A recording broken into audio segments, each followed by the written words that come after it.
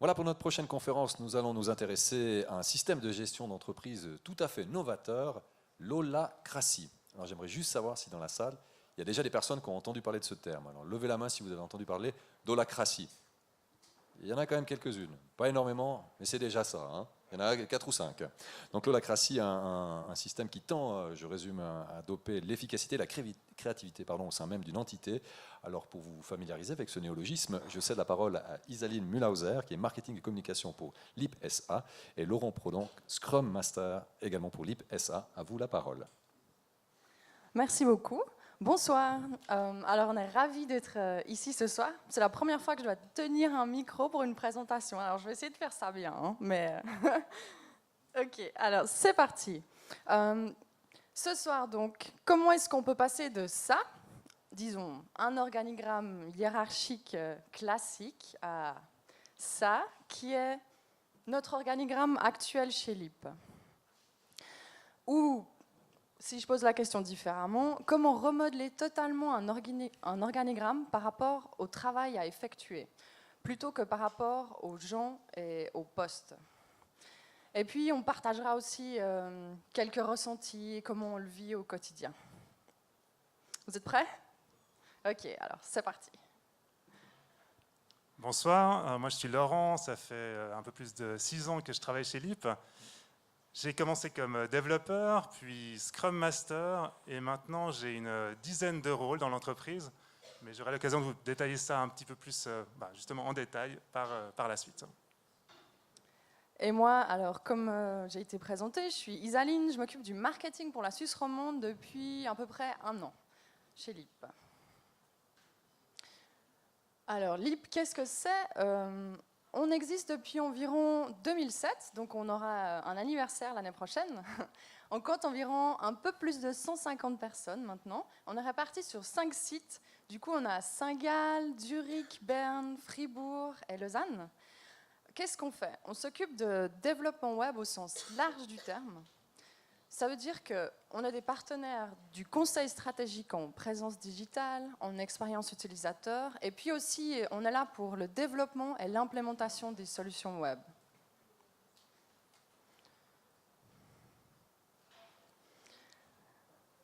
LIP fonctionne plutôt bien. On a la chance de gagner régulièrement des prix. On gagne le Best of Swiss Web, et puis on a gagné aussi le meilleur du web l'année passée pour la Suisse romande.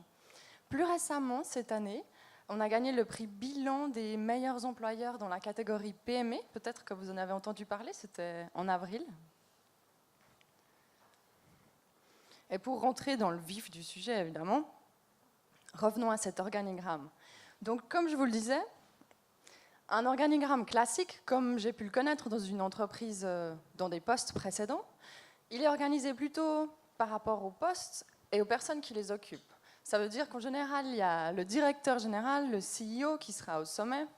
Il y aura les spécialistes qui sont les petites cases blanches, enfin les équipes. Et puis, il y a souvent des échelons intermédiaires.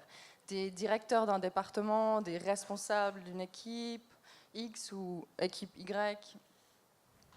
Donc, en d'autres termes, ici, dans cet organigramme, les gens ils sont placés les uns par rapport aux autres. Et puis, c'est organisé par rapport au poste. Et finalement, la différence principale par rapport à notre organigramme actuel, qui est sans hiérarchie, qui est pour un système de gestion comme Holacracy, mais qui pourrait être pour un autre système de gestion sans hiérarchie, c'est que nous, on ne se concentre pas sur les gens, mais on se concentre sur le travail à accomplir. Ça veut dire que plutôt qu'organiser les postes qui existent, on va organiser notre organigramme par rapport à notre travail et par rapport aux tâches qu'on fait dans notre vie quotidienne. C'est d'ailleurs le credo de Holacracy, organize the work, not the people. Organiser le travail à faire, les tâches à effectuer, et pas les relations entre les gens. Alors, comme dans n'importe quelle entreprise, on a des tâches à faire. Nous, comme l'a dit Isaline, nous, on est une boîte on fait du web, tout ce qui tourne autour d'Internet. Donc, on fait du développement, on va faire de l'expérience utilisateur, de la gestion de projet, du consulting, de l'admin, du marketing, de la vente, et puis évidemment plein d'autres choses encore. Mais dans la vision de Holacracy, ce qui est important, c'est de décrire ces choses à faire, ces tâches, et pas de les organiser hiérarchiquement les unes par rapport aux autres. Pour décrire toutes ces tâches, enfin chacune de ces tâches, on va créer ce qu'on appelle des rôles. Donc chaque rôle va être décrit par deux choses, sa raison d'être, pourquoi est-ce que ce rôle existe, et ses redevabilités, qu'est-ce qu'on peut attendre de ce rôle. Alors je sais, ça a l'air un petit peu cryptique comme ça, mais vous allez voir, on va prendre un exemple, ce sera beaucoup plus simple. Moi j'ai un rôle par exemple qui est décrit comme ça, il faut que j'arrête de parler, il faut que je parle dans le micro. Team Composition Responsible, responsable de la composition de la team, c'est un rôle parmi d'autres. Et on voit bien les deux parties, la raison d'être, s'assurer que la composition de la team soit durable en français, et les redevabilités qui viennent clarifier ce qu'on peut attendre de ce rôle.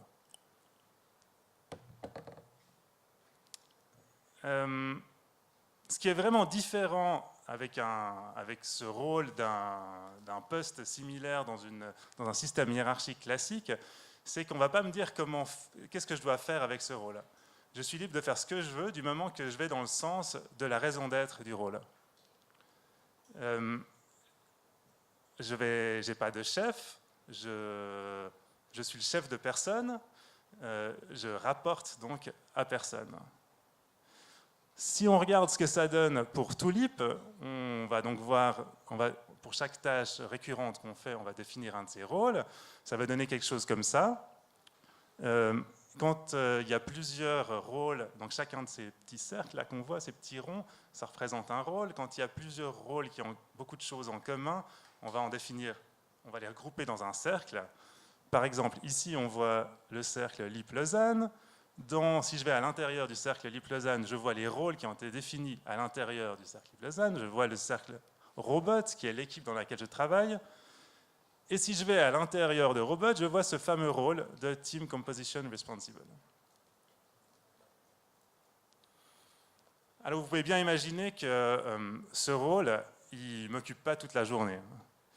Et ça, c'est un des nouveaux trucs que va introduire Holacracy, c'est qu'on sépare le rôle de la personne qui endosse ce rôle. Donc, comme je le disais au début, moi j'ai une dizaine de rôles dans l'entreprise aujourd'hui, à différents niveaux. J'ai autant un rôle, donc on a vu de Team Composition Responsible, que je suis aussi Scrum Master dans la même équipe. Mais j'ai aussi des rôles au niveau de l'entreprise, comme Holacracy Helper pour l'implémentation de Holacracy, ou People Development pour le développement des collaborateurs. Dans un système hiérarchique classique, je devrais choisir et être soit du côté business projet, donc d'être dans une équipe, soit du côté plutôt RH. Mais avec Holacracy, j'ai vraiment la possibilité d'apporter tout mon potentiel à l'entreprise, autant d'un côté que de l'autre. Je ne suis plus dans une petite case de la hiérarchie, mais je peux être autant ici et là en même temps. Et ça, pour moi, ça a vraiment changé les choses. Avant, j'étais Scrum Master, mais en fait, au bout de 6 ans chez LIP, je faisais plein de choses complètement différentes qui n'avaient rien à voir avec mon rôle de Scrum Master. Et ça avait quelque chose de frustrant parce que, d'un côté, j'avais aucune reconnaissance, enfin peu de reconnaissance sur ce que je faisais. Et puis de l'autre, les gens avaient des attentes dont je n'étais pas forcément au courant. En implémentant Holacracy, ça a permis de clarifier vraiment ça. J'ai pu créer différents rôles à différents niveaux. Et du coup, ça a coupé beaucoup de cette frustration et ça a permis de clarifier beaucoup les choses. On dit de Holacracy que c'est une organisation dynamique. Donc si on reprend le rôle que je vous ai présenté avant, Team Composition Responsible, au début, en fait, c'était un rôle qui s'occupait uniquement de recrutement. Et puis après, il y a quelqu'un qui a apporté qui avait une tension par rapport à ça, qui a fait une proposition. Il disait, OK, c'est bien de s'assurer qu'on a une bonne personne lors du recrutement, mais ce serait bien de continuellement s'assurer que c'est le cas aussi pour la suite. Et du coup, il a fait une proposition et il a fait évoluer le rôle. Et ces rôles, cette évolution, en fait, elle se passe dans tous les cercles dans toute l'entreprise. Et du coup, on a vraiment un organigramme qui est dynamique, une structure qui est dynamique. C'est plus possible d'afficher l'organigramme à l'entrée du bâtiment parce qu'il bouge tout le temps. On dit d'ailleurs de Holacracy que c'est tension driven, je suis désolé pour les anglicismes, c'est conduit par les tensions. C'est-à-dire que moi, comme vous, je suis sûr, quand vous faites votre travail, vous voyez des opportunités, des choses que vous pourriez faire différemment. Avec Holacracy, on a la possibilité déjà d'exprimer ces tensions, ce qui est déjà pas mal, et en plus d'apporter des propositions et de faire évoluer la structure pour que ça réponde mieux à ce qu'on pourrait faire. Si on prend un autre exemple, par exemple en tant que développeur, je trouve qu'on fait des projets très bien chez LEAP, mais qu'en fait, on n'en parle pas assez. Du coup, au prochain meeting de gouvernance, c'est un meeting qui a lieu à peu près dans notre cercle, qui a lieu à peu près toutes les 6 semaines. C'est un meeting sur lequel on va réfléchir à la structure de notre cercle, aux rôles qui sont déjà présents dans notre cercle, et on pouvoir en créer des nouveaux, par exemple. Et là, je vais proposer de faire un nouveau rôle qui va s'appeler communication, avec une raison d'être de faire le buzz autour de nos projets lausannois, par exemple. À moins que quelqu'un puisse prouver que cette proposition est dangereuse pour l'entreprise, le rôle va être créé. Donc on voit vraiment ce côté dynamique qu'on retrouve. Et puis on voit aussi que je n'ai pas fait une proposition générique pour toute l'entreprise. Je n'ai pas cherché à changer les choses partout. J'ai vraiment cherché à changer les choses à mon propre niveau, dans mon cercle. Pour ceux qui connaissent l'agilité ou Scrum, on est très proche du inspect and adapt de l'agilité. Et cette tension, elle a vraiment eu lieu, ce rôle, il a vraiment été créé. Et on a créé ce rôle de communication dans notre équipe. Et au bout d'un moment, on a compris que c'était un rôle suffisamment important pour qu'on engage quelqu'un, un spécialiste dédié à ça. Et c'est là qu'est arrivé Isaline. Donc ça s'est passé il y a environ 1 année. Je suis arrivée chez LEAP, j'avais un rôle à remplir au niveau de l'entreprise et un rôle à remplir au niveau de l'équipe. Donc j'ai été un peu catapultée là-dedans, mais en même temps j'étais très intéressée par cette structure. Donc en fait je n'ai pas fondamentalement changé de travail par rapport à mon travail précédent, dans le sens où le type de tâche que j'effectue, en fait, il est similaire. Je fais toujours de la communication. Mon quotidien, j'effectue toujours un peu les mêmes choses, quoi. Donc, finalement, la principale différence que ce système sans hiérarchie a apporté dans mon quotidien, il concerne le processus de prise de décision. En fait, chez LEAP, il n'y a pas une personne ou un groupe de personnes qui s'occupent de stratégie et de coordination et qui s'occuperait presque que de ça. Donc, en d'autres termes, il n'y a pas de décision qui est prise au sommet et qui est ensuite cascadée sur les départements et puis qui sera ensuite cascadée dans les équipes, chose que je connaissais assez bien avant. Donc, ça signifie qu'en quelque sorte, cette structure sans hiérarchie, elle impose la prise de décision. Parce que moi, quand j'effectue mon travail, je ne vais pas me tourner vers un chef, parce que j'en ai pas.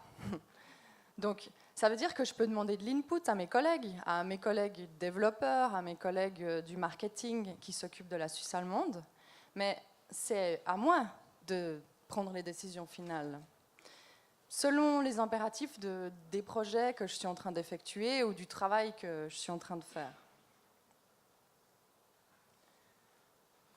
Donc, ça veut dire que je dois décider plusieurs choses là. Je dois prendre des initiatives, je dois décider des prochaines étapes. Je décide aussi des KPI, donc comment je vais mesurer l'évolution de mon travail, de mes projets. Et puis je vais aussi décider des retours sur investissement. Personne va me faire un schéma, va me faire un plan pour me dire à quoi est-ce que je suis supposée tendre. Donc, en quelque sorte, il n'y a pas vraiment de frein à l'efficacité, parce qu'il n'y a pas de droit de veto. Quand j'ai une idée, je peux la mettre en pratique. Je peux la mettre en pratique directement quand je pense que c'est nécessaire. Donc, D'un côté, c'est beaucoup plus difficile parce que ça veut dire que je dois être absolument responsable de toutes mes actions. Je dois être capable de les expliquer et puis je dois être capable de les justifier vis-à-vis de mes collègues. Donc, plus précisément, en termes de marketing, ça veut dire que c'est moi qui décide des actions à entreprendre, c'est moi qui décide des sujets à favoriser, parce que c'est évident qu'on ne peut pas parler de tous les projets qu'on effectue ou de tous les domaines dans lesquels on travaille. Et puis, c'est aussi moi qui vais décider des budgets que je vais consacrer à ça. Donc, non seulement des budgets cash, mais aussi du temps, enfin, de mon budget temps. Donc, quand je veux prendre une décision, il n'y a pas de canevas à respecter, il n'y a pas de processus interne de prise de décision pour attendre une validation. Donc j'ai plus ce sentiment que je pouvais avoir parfois de lenteur due à un processus parce que j'ai proposé quelque chose et j'attends un email en retour qui valide le truc pour que je puisse confirmer. Enfin, ça, j'en ai plus besoin. Et en fait, c'est la même chose pour tous les rôles. Ça fonctionne pour moi pour la communication, mais ça fonctionne aussi pour les développeurs. Ça veut dire qu'un développeur, il est en contact direct avec le client. Il n'y a pas un manager qui va faire le lien. Et puis, il pourra prendre les décisions qui s'imposent en accord avec le client, sans en référer à une éventuelle tierce personne.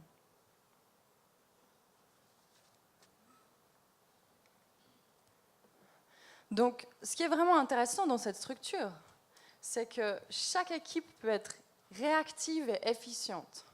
On peut vraiment faire les choses quand elles sont nécessaires. Et puis, ça supprime aussi toutes les barrières à l'innovation, parce que des fois, on a des idées, mais c'est vrai qu'on n'a pas forcément des résultats quantifiables sur lesquels se baser, mais on pense que c'est bien, genre, parfois on a un gut feeling et on a envie d'y aller. Et à moins que vraiment quelqu'un puisse nous dire que c'est en train de mettre en danger l'entreprise, on peut y aller, on peut le faire.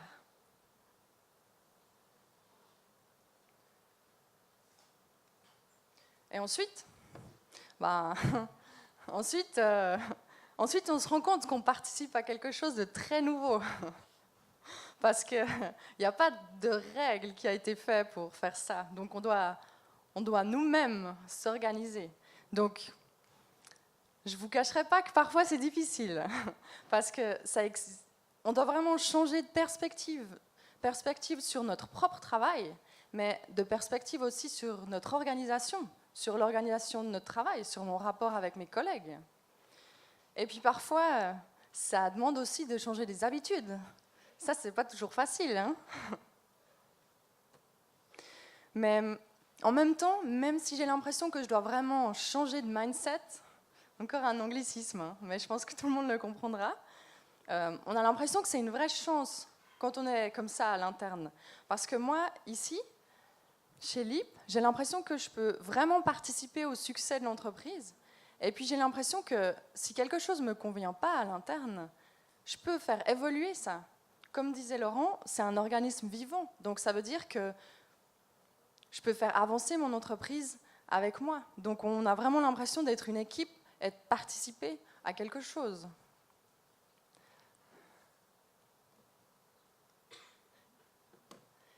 Donc je vous remercie pour votre attention. Mais il bouge pas l'ours. Mais je suis hyper déçue parce que... L'ours, on l'a vu bouger avant, ouais, quand c'est on a un fait gif, et puis l'ours, normalement, il fait coucou. Il fait dit coucou. merci.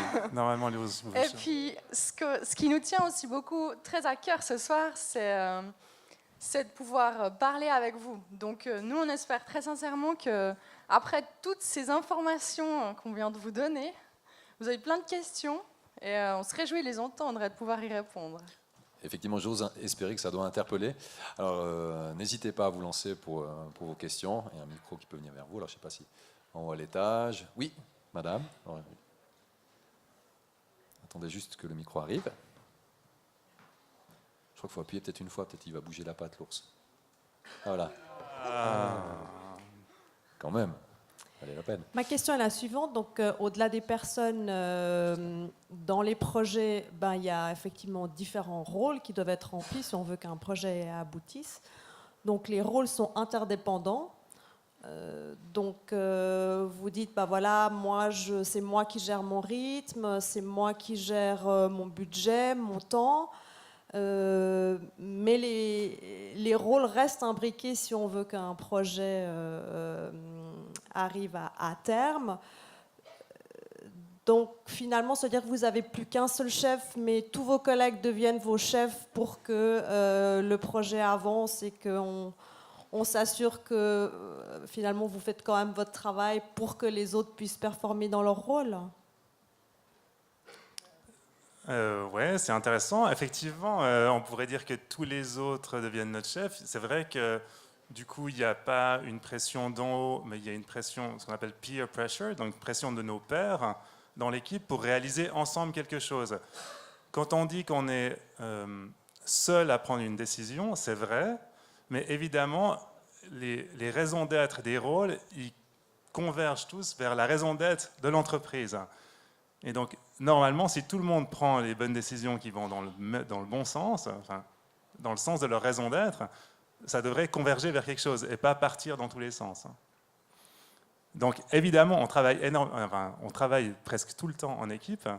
On ne peut pas se permettre de faire n'importe quoi, ça semble assez clair.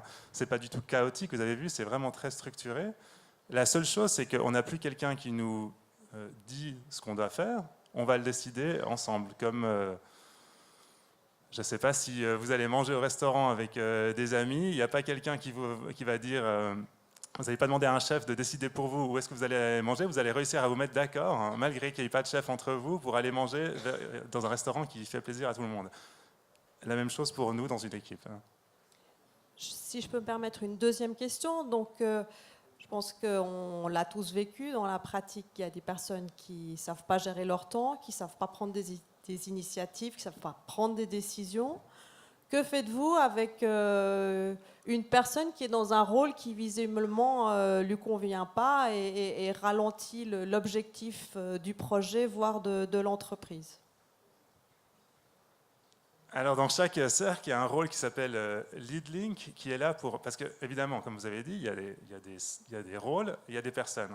Maintenant, il faut bien qu'on mappe les personnes au rôle. Et dans chaque cercle, il y a une personne, un rôle qui est responsable, dans son cercle, de mapper les personnes au rôle.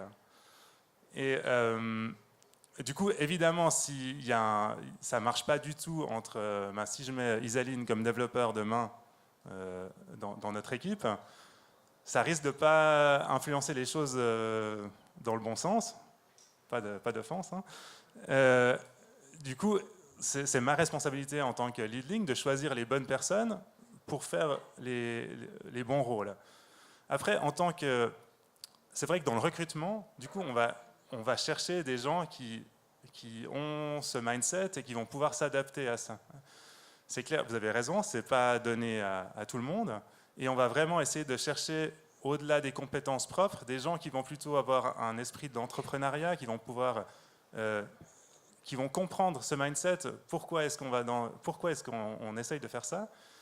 Et c'est vrai que ça change un petit peu le recrutement et qu'on essaye d'avoir des gens qui vont fonctionner dans ce monde-là. En tout cas, de l'extérieur, j'ai l'impression que ce système doit être beaucoup plus stressant au niveau de la pression qu'un système habituel comme on peut le connaître dans d'autres entreprises. Mais je ne veux pas monopoliser la parole. Alors moi, j'aimerais ajouter quelque chose à la réponse de Laurent, parce qu'effectivement, moi, je travaille en collaboration assez étroite avec mes 2 collègues de Suisse allemande, qui ne sont pas basés au même endroit que moi, donc on a des rapports, on va dire, souvent numériques.